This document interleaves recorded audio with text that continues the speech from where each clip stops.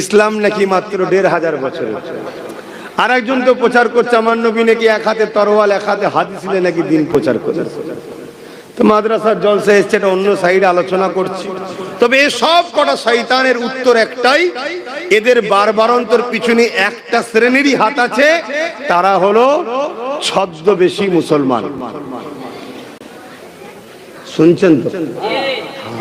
ছদ্মবেশী মুসলমান, এদের জন্য আজকে এরা সাহস পায়। সেটা আশা করছি সময় পেলে আমি বুঝাচ্ছি আপনাদের। হযরত আবু বকর সিদ্দিক আমার নবী পাকের হাতে হাত দিলেন, ইমানের কালেমা পড়ে নিলেন। আব্দুল্লাহ ইবনে উবাই আমার রাসূলুল্লাহর হাতে হাত দিলেন, সেও কালেমা পড়ে নিল।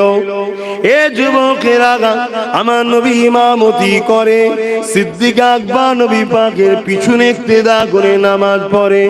আব্দুল্লাহ ইবনে উবাই নবী পাককে ইক্তেদা করে নবী পাকের পিছনে নামাজ পড়ে। আমার নবী পাক যখন জিহাদের ময়দানে যায়, সিদ্দিক আকবর নবীর সাথে যায়, আব্দুল্লাহ ইবনে উবাই ও নবীর সাথে যায়। আমার নবী পাক হজে যায়, আব্দুল্লাহ ইবনে উবাই ও নবীর সাথে যায়, সিদ্দিক আকবরও যায়। আমার রাসূলুল্লাহ তিনি যখন ইসলামের জন্য মালের কথা বলে, আবু বকর সিদ্দিক দান করে দেয়, কদমে দেখে আব্দুল্লাহ ইবনে উবাই ও রাসূলের কদমে মাল ধন দৌলত দেয়। আবু বকর সিদ্দিকের মুখেও দাঁড়িয়ে আছে, টুপি আছে, পাগড়ি আছে, জুব্বা আছে। আর আব্দুল্লাহ ইবনে উবাইয়ের মাথায় দাড়ি, টুপি, জুব্বা, পাগড়ি রয়েছে।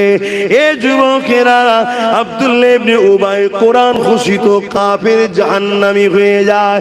আর আমার রাসূলুল্লাহ সাহাবী আবু বকর সিদ্দিক জান্নাতি ঘোষণা হয়ে যায়।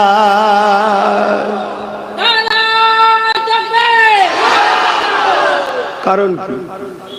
ইনিও নবীর হাতে হাত দিয়েছে, উনিও দিয়েছে। ইনিও নবীর ইক্তেদা করে নামাজ পড়েছে, উনিও করেছে। ইনিও নবীর সাথে জিহাদ হজে গেছে, উনিও গেছে।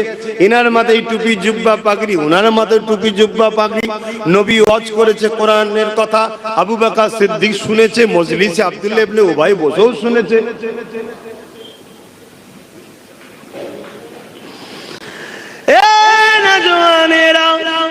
এই জন্যই বোঝাতে চাইছি, কারণ আখেরি জামানা, যুগে যুগে জালিমরা আমাদের মিটাতে চেয়েছে, ইসলামকে মিটাতে চেয়েছে, মুসলমানদের মিটিয়ে দিতে চেয়েছে।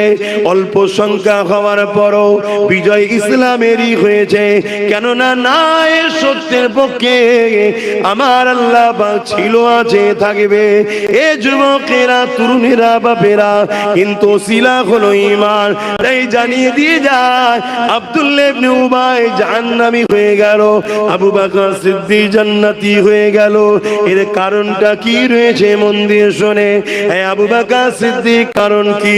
হুজুরকে জিজ্ঞাসা করা হয়েছে। হযরত আবু বকর সিদ্দিক বলতে লাগলে, আব্দুল্লাহ ইবনে উবাইয়ের যা আছে আমারও তাই আছে, কিন্তু আমার যা আছে ওর তা নাই। এ দুনিয়া মানুষেরা, আব্দুল্লাহ ইবনে উবাইয়ের নামাজ, রোজা, দাড়ি, টুপি, জুব্বা, পাগড়ি, হজ রয়েছে, এটা আমি আবু বকর আমারও রয়েছে। ও নবীর মজলিসে বসেছে, আমিও বসেছি, এটা ওরও আছে, আমারও আছে। কিন্তু আমি আবু বকর, আমার যা আছে ওর তা নাই। কি আপনার আছে ওর নাই? এ দুনিয়ার মানুষরে, আমি আবু বকর, আমার হৃদয়ের মধ্যে আল্লাহ নবীর প্রেম ও আদবটা রয়েছে, এটা ওই মুনাফিক আব্দুল্লাহ ইবনে উবাইয়ের নাই। এজন্য সব থাকার পরও ও জাহান্নামী, আর আদব প্রেম থাকার পরে আমি আবু বকর জান্নাতি। আরো জোরে বলুন সুবহান।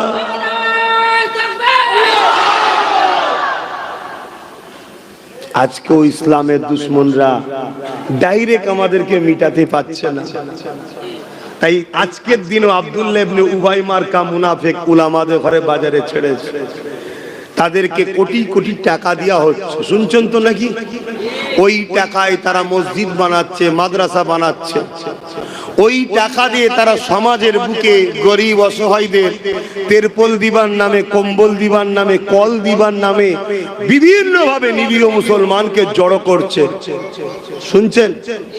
মাদ্রাসাগুলোতে কোরআন হাদিস শিখাচ্ছে, নামাজ শিখাচ্ছে, রোজা শিখাচ্ছে, হজ শিখাচ্ছে, দাড়ি শিখাচ্ছে, টুপি শিখাচ্ছে, সব দিচ্ছে। দিলের মধ্যে নবীর প্রেম আর আদবটা দিচ্ছে না। মানে আব্দুল্লাহ ইবনে উবাই সব ছিল, শুধু দিলে ছিল না, শুনছেন তো নাকি? এটা পরিকল্পনা ইসলামের দুশমনদের। তারা টার্গেট করেছে এত মসজিদ মাদ্রাসা বাড়াও, এত বাড়াও, যেখানে কোরআন হাদিসের জ্ঞান দাও, বড় বড় পণ্ডিত উলামা তৈরি করো, আমলের কথা আমলের দিকে নিয়ে যাও, নামাজ দাও, রোজা দাও, দাড়ি দাও, টুপি দাও, শুধু মুহাম্মদ রাসূলের প্রেম ও আদব কেড়ে নাও। নামাজ কাটলে ঈমান যায় না, কবিরা গুনাহ হয়। তওবা করলে আল্লাহ মাফ করবে, যদি মাফ না করে নামাজ কাজা জাহান্নাম খেটে ঈমান থাকার জন্য জান্নাতে যাবে। তো ওটাকে কেড়ে লাভ নেই, ও আছে থাক।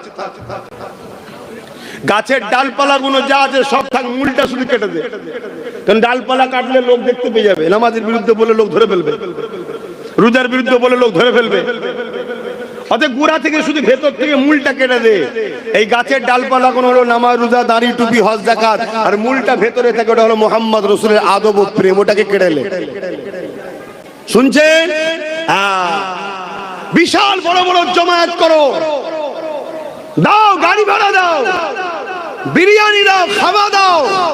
নিরীহ মুসলমান, ধর্মপ্রাণ মুসলমান আল্লাহ রাসূলের কথা শোনার জন্য আসবে জড়ো হয়ে। ওই মাহফিল ওয়াজ করতে করতে টুক করে এমন একটা কথা বলো যে কথাটা আমার নবীর শানে বলা বিয়াদবি, টুক করে বলে দাও। শুনছেন না? শুনেন? ওই নবীর শানে বিয়াদবি মূলক কথাটা টুক করে যখনই বলবে, যতজন ওখানে বসে বসে শুনবে, এই কথার যদি প্রতিবাদ না করে ফিরে যায়, সব কটা বেঈমান হয়ে যাবে। এটা অন্য বিষয় নয় যে প্রতিবাদ না করলে কবিরা গুনাহ হবে, এটা রাসূলুল্লাহর বিষয়। এখানে প্রতিবাদ করতেই হবে। যদি প্রতিবাদ করতে গিয়ে তোমাকে গুলি খেতে হয়, তাও করতে হবে, কেন জানের থেকে বেশি ভালোবাসার নাম ঈমান। তাহলে পলিসি গুলো কি বুঝতে পারছেন তো নাকি? যেমন আমাদের সমাজে হচ্ছে, একদল দাড়িওয়ালা টুপিওয়ালা বক্তা বেরিয়েছে, আজকে তারা বলে বেড়াচ্ছে রাসূল আমাদের মতো, নবী মরে গেছে, শাফাআত করতে পারবে না, তাদেরও মাদ্রাসা আছে না? এক কথা বলছে না? তাদের মাদ্রাসাগুলো ছেলেগুলো কি শিখবে? ছোট ছোট বাচ্চারা, বলুন, তারাও তো ছোটবেলা থেকে শিখবে। তাহলে আলেম হয়ে বেরোচ্ছে, দেখছি আলেম, কিন্তু কাফের আলেম। কাফের কথাটা কি শুনতে খারাপ লাগছে নাকি? আল্লাহ কাফেরকে কাফের বলতে বলেছে না বলেনি? এই মুরব্বিটা বসে আছে, কিন্তু হাই সাহেব বসে আছে, আপনাদের কাউকে কাফের বলবো না? এই তোমাদের কাউকে কাফের বলিনি? কাফেরকে কাফের বলবে, মোমেনকে মোল বলবে, চোরকে চোর বলবে, মাতালকে মাতাল বলবে, এটা তো হক কথা বলা। তো কাফেরটা কে? যে নবীকে অস্বীকার করে, নবীর শান মর্যাদাকে অস্বীকার করে, নবীর গুরুত্বকে অস্বীকার করে, নবীর ফজিলাতকে ইনকার করে, নবীর মেরাজের সওয়ারকে অস্বীকার করে। নবী নাকি আবাদ আসা জানতো না, এ কথা প্রথম মোল্লারাই বলেছে তো নাকি? এই কথাই এখন ওই যে একজন বেরিয়েছে শয়তান, সে আবার বলছে মুহাম্মদ মূর্খ ছিল, জানতো না লেখাপড়া। শুনছেন না? শুনেন? শুরুটা কিন্তু মুনাফিক দাড়িওয়ালা টুপিওয়ালা বক্তারাই করছে। আর আমাদের সমাজে এই কাফের উলামাগুলো দাবিদার, কাফের বক্তাগুলো আমাদের সমাজে ঘুরে বেড়াচ্ছে, যাদের আকীদা আমার নবী পাক সাল্লাল্লাহু আলাইহি সাল্লামের শানে শুধু গুস্তাগিমূলক কথাগুলো শুনিয়ে দাও। শুনছেন? তাহলে মাদ্রাসা এটাও, এই সমাজে আরো হাজারো মাদ্রাসা আছে। কোন কোন মাদ্রাসা তৈরি করছে জালিম হুকুমতরা, সেই মাদ্রাসায় সরকারের পক্ষ থেকেই সমাজ বিরোধী কাজ করানো হবে, করিয়ে সেই মাদ্রাসাকে মিডিয়া দিয়ে দেখানো হবে, দেখো মাদ্রাসায় বোম পাওয়া গেছে। শুনছেন না শোনেন না? ওইটাকে দেখিয়ে বলবে সব মাদ্রাসা বন্ধ করে দাও, এরা আতঙ্কবাদী তৈরি হচ্ছে। নাটকটা কিছু মাথায় ঢুকছে? তাহলে প্রত্যেকটা নবী প্রেমিক, ইসলাম প্রেমিক যারা ইসলামকে ভালোবাসে, আপনাদেরকে সজাগ হতে হবে, আরো অ্যাক্টিভ হতে হবে, আরো সজাগের সাথে নিজের গ্রামের মসজিদ মাদ্রাসাগুলোর দিকে খেয়াল রাখতে হবে যে মসজিদে কি হচ্ছে। আল্লাহ ও রসুলের নামে ইসলাম বিরোধী কাজ হচ্ছে না তো? আমার কথা কি আপনাদের ভালো করে বুঝতে পারছেন তো নাকি? কিন্তু মসজিদ মাদ্রাসা ছাড়াও তো চলা যাবে না, দরকারও আছে। কিন্তু এই দরকারটা ঠিকভাবে পরিচালনা হচ্ছে না? ইসলামের দুশ্মনরা মূলত মসজিদ মাদ্রাসাকে বদনাম করার জন্য গজিয়েছে, ওটাও দেখার দরকার আছে না? না, যেমন চাইনার ছোটে ব্র্যান্ডেড কোম্পানিগুলো আজকে ব্যান্ড হয়ে যাচ্ছে। নোকিয়া মোবাইল পাওয়া যায় আর বাজারে? চাইনা এত ফ্যাসিলিটি দিচ্ছে, নোকিয়া ব্র্যান্ড পাওয়া যাচ্ছে না। খুব ভালো তারে বোঝেন বাপ, এদেরকে চিনবেন কি করে? যেমন সোনা চিনতে গেলে কোষ্টি পাথর দরকার, মোমেন না মুনাফিক চিনতে গেলে মুহাম্মদ রাসূলকে দরকার। জোরে বলুন সুবহানাল্লাহ। আমি জানি না আমার উলামা ভাই, হাফেজ ভাইগুলো কোন খেয়ালে লিখছেন। কেন চোখে যদি কালো চশমা থাকে আমাকেও কালো দেখবেন, যদি ফুরফুরার আওলাদদের উপরে রাগ থাকে আমি যত ভালো কথাই বলি আপনার রাগই মনে হবে। কেন বিষ যদি মাথায় ঢুকিয়ে দেয়, শোনেন, কাউকে যদি বিষ খাইয়ে দেয় ওর বাঁচার চান্স আছে? আছে, ওর বাঁচার চান্স আছে। কিন্তু কারো যদি কানে বিষ দেয় ও সমাজটাকে শেষ করে ফেলবে। তো সমাজে একটা কানে বিষ দেওয়া হয়েছে, ওরা বাপ দাদুর কিস্সা কাহিনী ছাড়া কি জানে? ওরা অত পড়াশোনা জানে না, জানে না।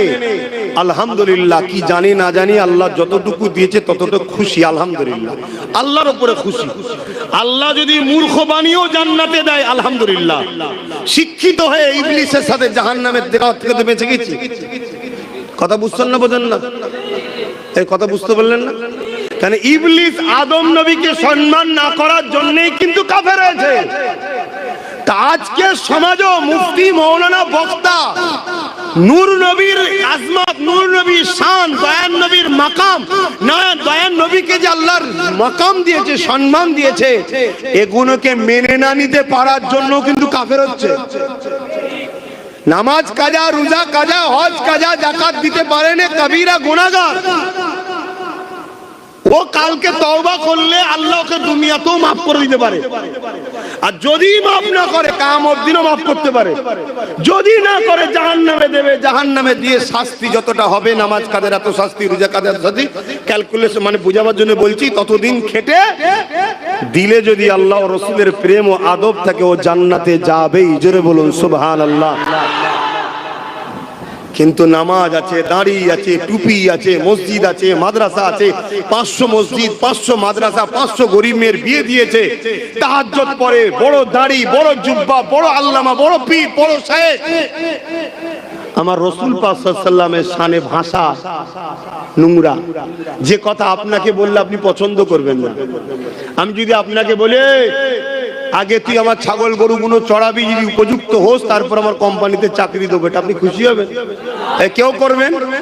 এটা আপনাকে ইনসাল্ট করা না করা নয়? এরকম কাফের বক্তা সমাজে আছে না নাই? এই কাফের বক্তা প্রকাশ্য সমাজকে গুমরাহ করছে।